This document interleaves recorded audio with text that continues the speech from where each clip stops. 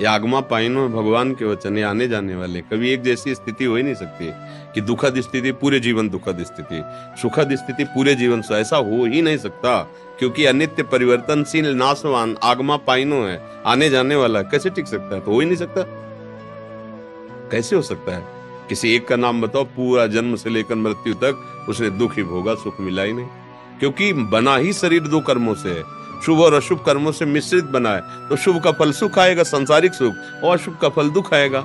शुभ और अशुभ दोनों से परे हो जाना, ये भजन मार्ग है, ये अध्यात्म मार्ग है, जो दोनों को मिटाकर एक रस परमानंदमय स्थिति रखता है। सुख दुख का कोई प्रभाव न पड़े, उसे अध्यात्म मार्ग कहते हैं। आप बताओ किसको बराबर दुख मिल रहा है? जो भगवान से विमुख है उसकी सोच में दुख रहता है। बाहर से सुख और दुख का क्रम बदलता रहता। जैसे कह दो अगर दिन ही दिन रहे तो फिर, अगर रात ही रात, हो ही नहीं सकता, हो ही नहीं सकता। प्रकृति का नियम है, ये पद्धति है, परिवर्तन एक जैसे नहीं रह सकते। तुम रहे क्या एक जैसे? कभी बच्चे थे, फिर नौ किशोर हुए, फिर जवान हुए, अब बूढ़े हो गए, मर जाओगे। हम सबकी एक गति हो रही। कभी दाढ़ी मुछ नहीं थी, एक बार दाढ़ी मुछ हुई, एकदम काली हुई, फिर सफेद हुई, फिर झड़ जाएगी, फिर मर जाएगा। परिवर्तन है, परिवर्तनशील। कोई एक जैसा कुछ भी बताओ, क्या एक जैसा है?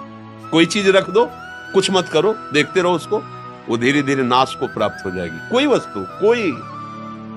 फिर आपका प्रश्न कैसे बनता है कि अगर किसी को बराबर दुख ही मिलता रहे, तो पहले प्रश्न ही गलत है। बराबर हो ही नहीं सकता ऐसा। एक रस तो भगवत स्थिति होती है, जो रे सदा ज्ञान एक रस, तो ईश्वर जीव भेद कहो कश।